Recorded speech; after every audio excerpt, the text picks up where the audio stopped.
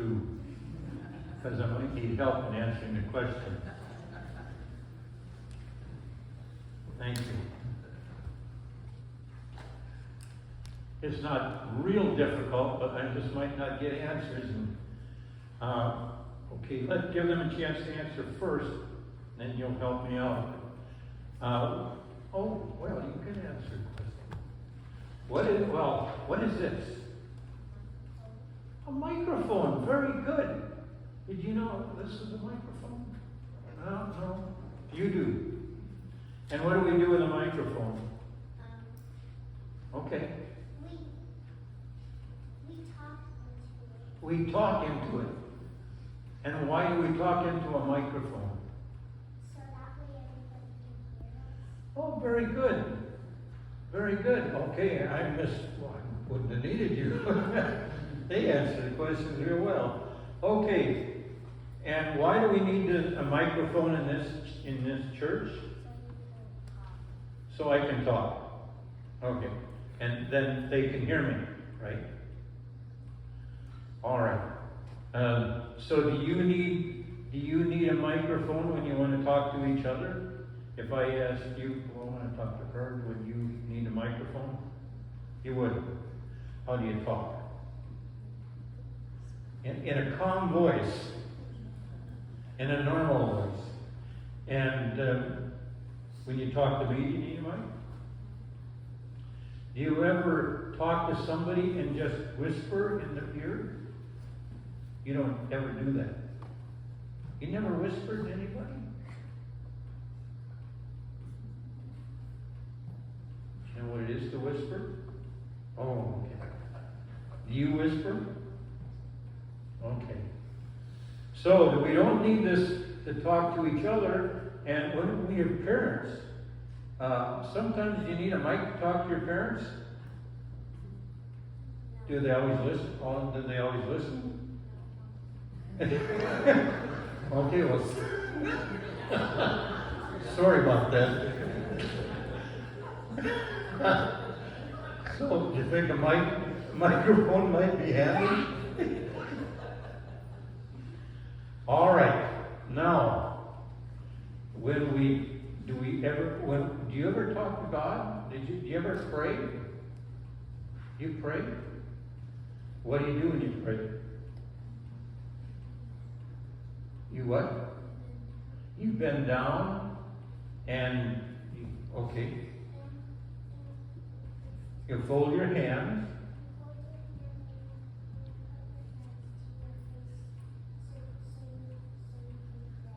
And is God close by? Is God close by? You think so?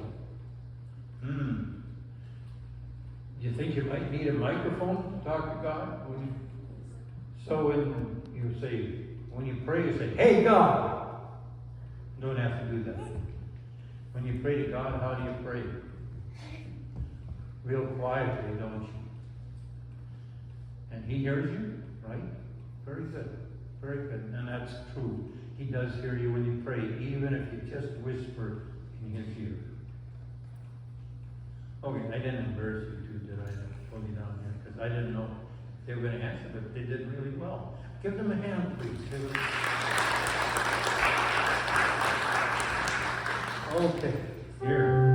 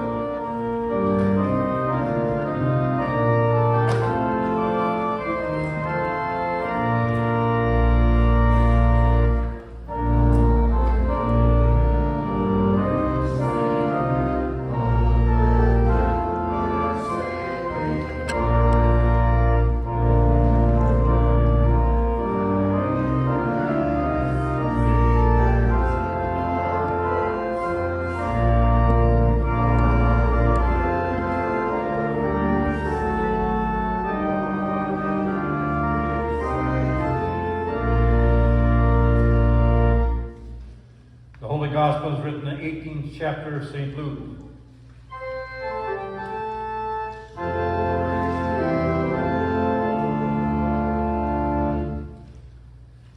Jesus also told this parable to some who trusted in themselves that they were righteous and regarded others with contempt.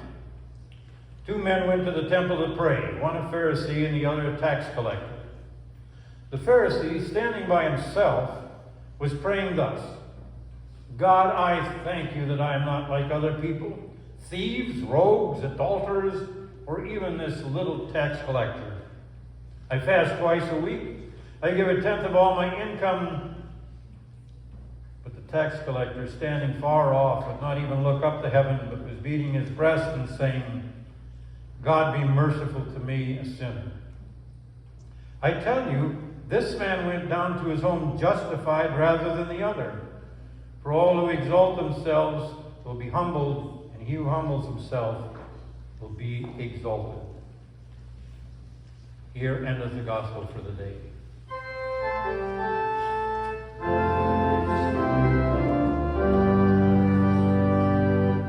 Please be seated.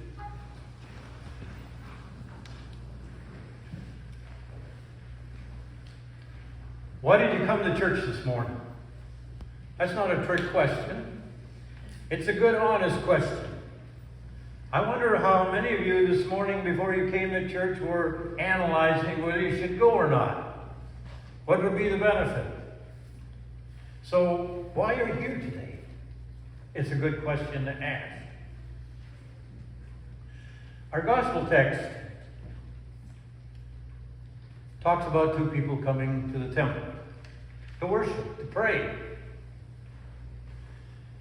It is said that one of them came with pretty much a closed mind. And he started bragging about himself. That was his presentation. That was his prayer. God, I thank you that I am not like other people. And then he began to point fingers. Say, aren't you glad I'm here? I follow all the rules. And I am here. And I know you're so happy that I'm here.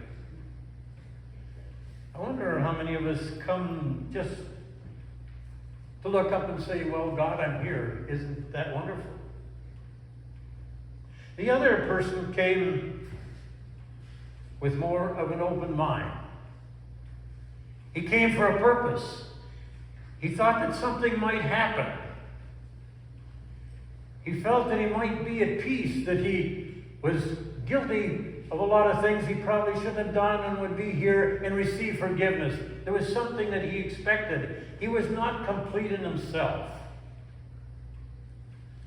And so what we can say is one came open for something to happen, and the other one came closed, really thinking maybe nothing would happen. Now think about that. When you come to the church on Sunday morning, is there a possibility that something might happen as a result of that service? Some idea that you might pick up from the sermon. Something that you might be able to really express yourself in a particular hymn. Maybe something in the fellowship that happens afterwards. Are you looking for something to happen? Because it makes a difference when you come to something, whether you expect something to happen or whether you don't.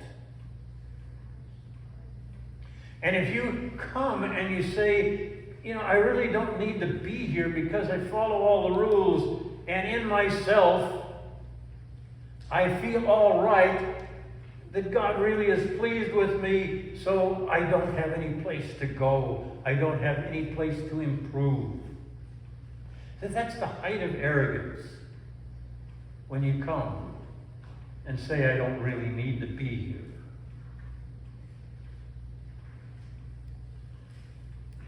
Friday was a wonderful day, really wonderful day.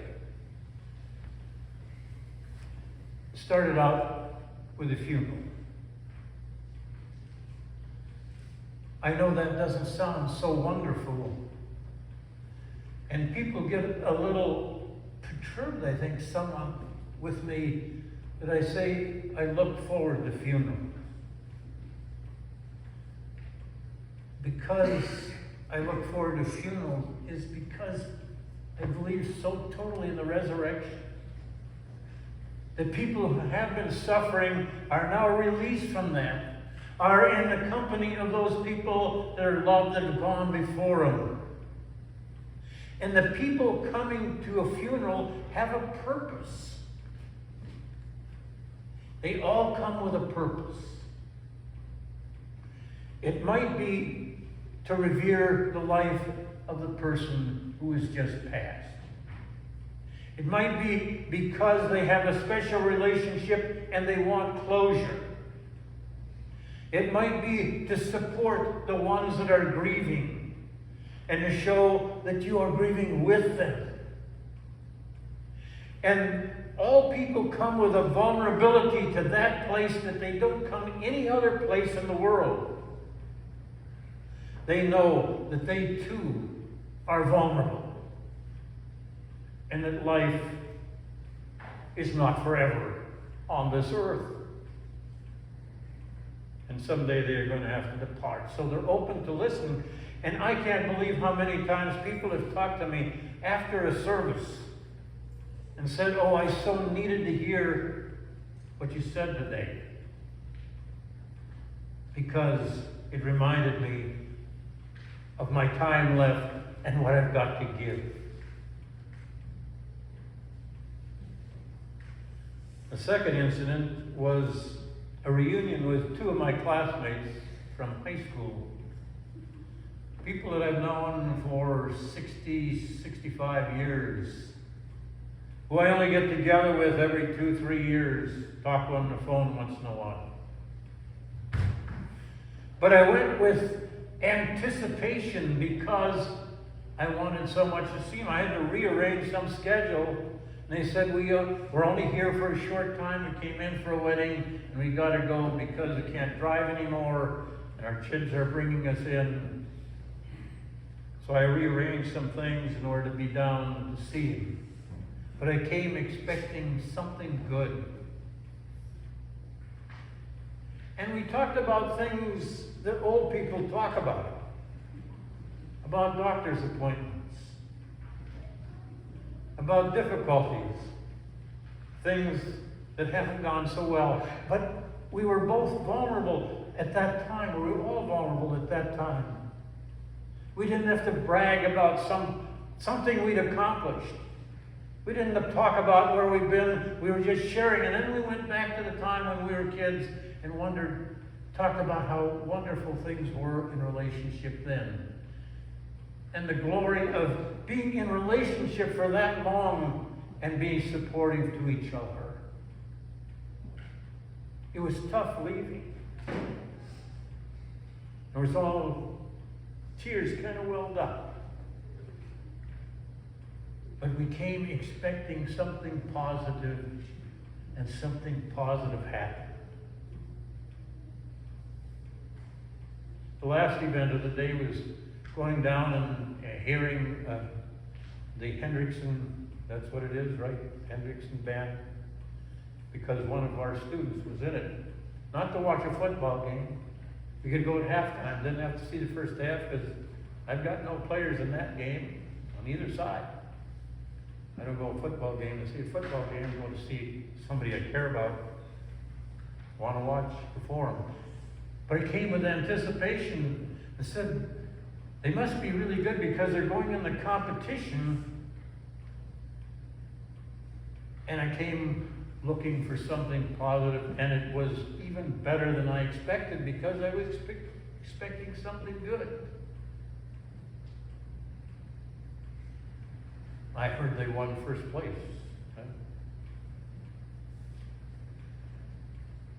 The point I'm trying to make here is if we come to something, it matters how we come.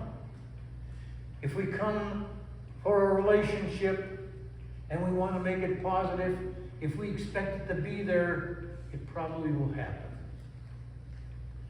And see, that's the message Jesus is giving to his apostles in this gospel lesson. I'm not so sure it was just talking about boasting and self-arrogance. It was being open to the fact that we need something more than ourselves. So when you come to church on Sunday morning, think about, what am I going to find there? What can I look for? Will I listen closely? Will I sing vibrantly? Will I interact with my people that I belong to this group with afterwards? Because if you come with those kind of expectations, something holy will happen here. It's not necessarily the place is to be perfect, or the voices have to be perfect, or the instruments have to be perfect. What matters is how we come, and how open we are, and how humble we are in relating to each other. 2 men went into the temple to pray. One didn't expect anything. One thought he had it all, and he got nothing. The other person came expecting something, expecting God to speak with him, and he went home with a blessing. And so when you come with expectations. Come for a sermon. You know one thing? I've never seen a person who took notes at a sermon ever get bored or fall asleep. Because they were involved. And usually I say, no matter how badly the speaker is, if you are invested in it, you'll get something out of it. Now the liturgy is a little complex. And I'm going to have a sermon on the liturgy because one of the members here asked for a sermon on it because they said they didn't understand it. Don't understand what's going on. I would guess that would be the case with most. But there's a reason we have a liturgy. And the songs. Talk about songs you want to sing. We are trying to have a gospel session or a gospel Sunday this month. And we're planning for other particular kinds of musical forms for other Sundays. Mix it up. Some of these songs we get in our red book. I can't sing. But get involved in asking for things you want to hear or want to sing. Because it makes a difference whether you want to sing a song or not. God hears it either way, but it's much better if you're invested. And when we have time afterwards, I don't like that shaking hands during the service, giving the peace. It's so phony. What happens is, did I say the wrong thing? But the real getting together is when we talk outside and talk about and ask about each other's week or day and are able to share a care or concern or a support. Invest yourself in others and you will get something from Sunday morning. That's what worship's about. So next week, weeks beyond, when you come with a purpose. Come expecting something. Come expecting giving something.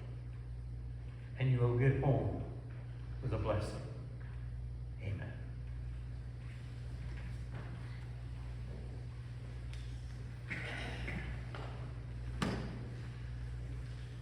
Sermon hymn is There's a Wildness in God's Mercy, verse 3 and 4 of 158. Stand if you are able.